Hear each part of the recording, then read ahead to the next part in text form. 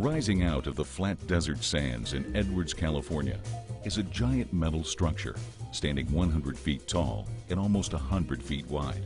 It's made of industrial-strength steel that could withstand the harshest winds and rain. This monolith of the desert, located at NASA's Dryden Research Center, has been an unsung hero in the life of the Space Shuttle program for the last 34 years. This steel giant is called the Mate-Demate device, or simply the MDD. 6 inches, but it moves 3 inches forward and 3 inches aft, and that's the only adjustment you have to set it on top of the 747. You can't move it any more than that.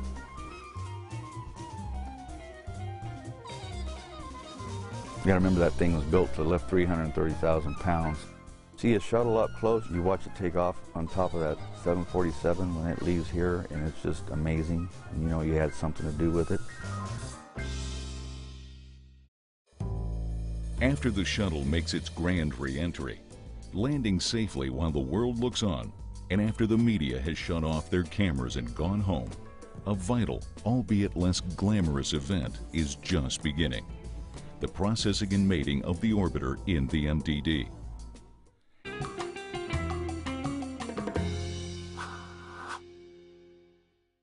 After landings at Edwards Air Force Base, the MDD is used to hoist and attach the shuttle orbiter onto the shuttle carrier aircraft so that it can be flown back to NASA's Kennedy Space Center in Florida. While simple in concept, the execution of this task is anything but. Considering the average landing weight of the shuttle is roughly 230,000 pounds and holds research and payloads acquired in outer space, precious cargo indeed. In addition to mating the orbiter to the shuttle carrier aircraft, a modified Boeing 747, the MDD is utilized to process the shuttle, a week-long procedure that includes taking up the landing gear, attaching the tail cone, and literally battening down the hatches. They have what they call escape operation, and that's when they do the actual defueling. And the people that are doing the defueling, they have to be in a full suit. It's air-contained, self-contained, everything has its own air and everything. It looked like the spacewalkers. During the week of processing, the orbiter is lifted about 10 feet off the ground while crews work around the clock.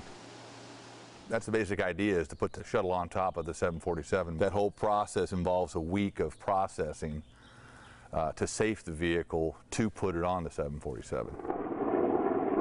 Just before landing at Edwards, Kennedy Space Center deploys about 120 people to Dryden to process the orbiter.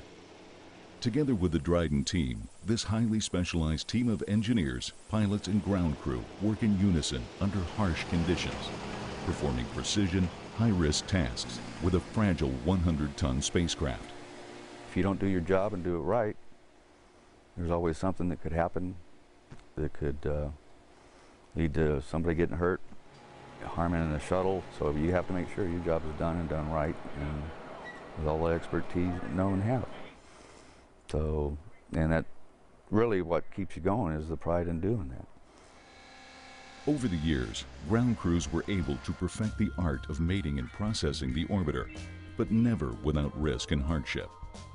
To fully appreciate the complexity and scale of this undertaking, it is helpful to understand how the MDD came to be and how it has served as an essential component in the success of the STS program at large.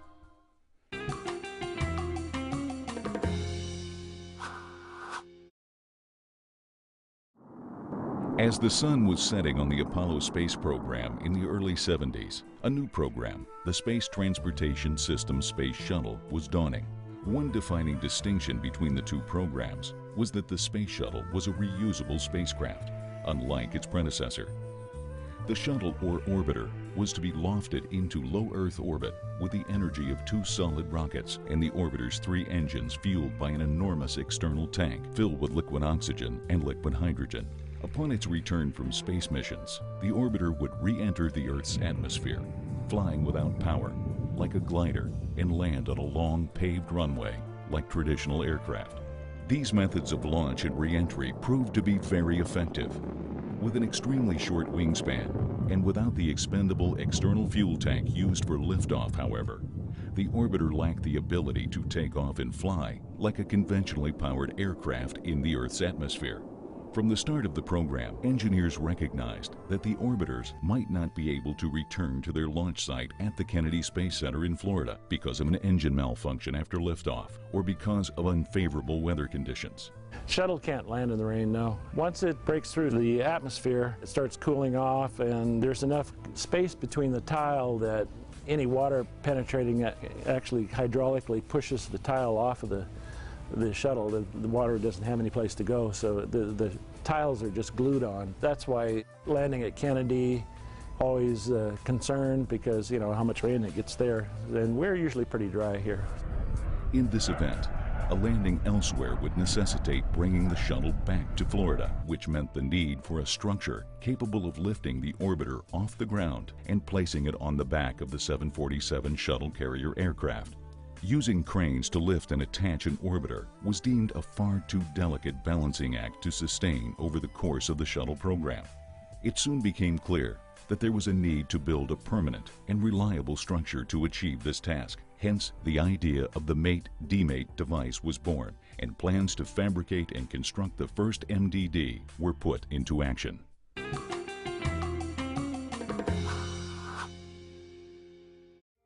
The Kennedy Space Center awarded a $1.2 million plus contract to the George A. Fuller Company, a division of the Northrop Corporation, to design and build the first mate-demate device. Soon after, the MDD at Kennedy Space Center was constructed in 1976. In the early stages of the shuttle program, it was especially important to build an MDD at Dryden first. Assembled in nearby Palmdale, California, the first three orbiters, Enterprise, Columbia, and Challenger, were actually trucked to Dryden. Once there, the MDD would be utilized for the first time in the historic and groundbreaking Approach and Landing Test Program in 1977. The Approach and Landing Test Program, or ALT, was an essential component in the development of the Space Shuttle program. Used to validate the flying characteristics of the orbiter upon re-entry and landing and test its systems in flight. The ALT program made use of the MDD for the first time to load and unload Enterprise onto the Boeing 747 in a series of high-risk test flights in 1977. In 1982, NASA arranged to have a permanent mate-demate device erected in Palmdale. The Orbiter Loading Facility, or OLF, was originally built for use by the Air Force at Vandenberg Air Force Base, where it planned to launch a shuttle for its own missions. When the Air Force canceled the plans for a dedicated orbiter and launch facility on the West Coast, the OLF was relocated to Palmdale. Several years ago, they were doing refurbishment of the shuttles in Palmdale at the Boeing facility, and the orbiter would fly in on the 747, and they would fly into Palmdale, and we would offload it using the OLF, and then we would transfer the shuttle over to the Boeing folks, and they would do the shuttle modifications, and then, you know, maybe a year later, we'd pick the shuttle up and reverse the process, put it back on the 747, and fly it back to Florida.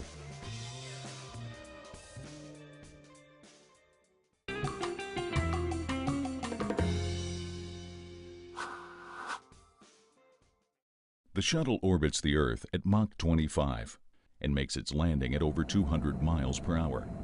But when the orbiter finally comes to a halt on the ground, the massive spacecraft is not easy to maneuver. After landing, the orbiter is towed about 2 miles to the MDD, a process that takes over an hour. Once situated in the MDD, the orbiter is lifted off the ground and held there for days while crews work under and over the orbiter, preparing it for its return flight. Because it is not hermetically sealed, the cargo bay is kept at a positive pressure, and the electronics in the vehicle are kept operational. This ensures that the equipment and any experiments on and in the orbiter are kept cool throughout its stay in the MDD. Anything that's in the payload bay stays there, because on the ground, the payload bay doors aren't capable of opening themselves. They have a special apparatus back at the Cape to hook into the doors to open it. The doors don't weigh anything in space, so they're driven with very small motors. The MDD is an open truss structure, standing about 100 feet tall, with platforms every 20 feet. A horizontal unit, cantilevers 70 feet out from the main tower units, guiding and controlling the sling-back hoist mechanism that attaches the orbiters to raise and lower them. 3 large hoists are used to raise and lower the lift beams. 2 of the hoists are connected to the aft portion of the lift beam, and 1 hoist is attached to the beam's forward section. The 3 hoists operate simultaneously, and they can lift up to 120 tons each.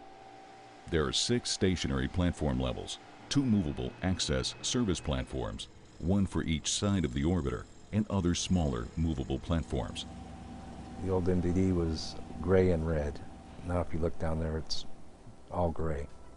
In 2004, Dryden took on the enormous endeavor of removing the lead-based paint that covered the entire MDD. As part of a 5-month process, contractors blasted the paint off the MDD. The job was huge. There was so much scaffolding and tinting. Once you get a hole in the tent, you had to stop operations. No more blasting until it was repaired, because there was some kind of positive ventilation inside the tent that kept the dust down instead of coming out. We were having, 4, 5, 6 days of 30-mile-per-hour winds constant. By adding an ingredient to the blasting material called blastox, over 200,000 pounds of waste material was spared from being sent to a waste management site. Instead, the waste compound was sent to a Portland cement plant where it was burned in a kiln. It's a zinc finish, self-healing, so if it gets a scratch, it somehow corrodes and turns back into a zinc. It's an amazing stuff.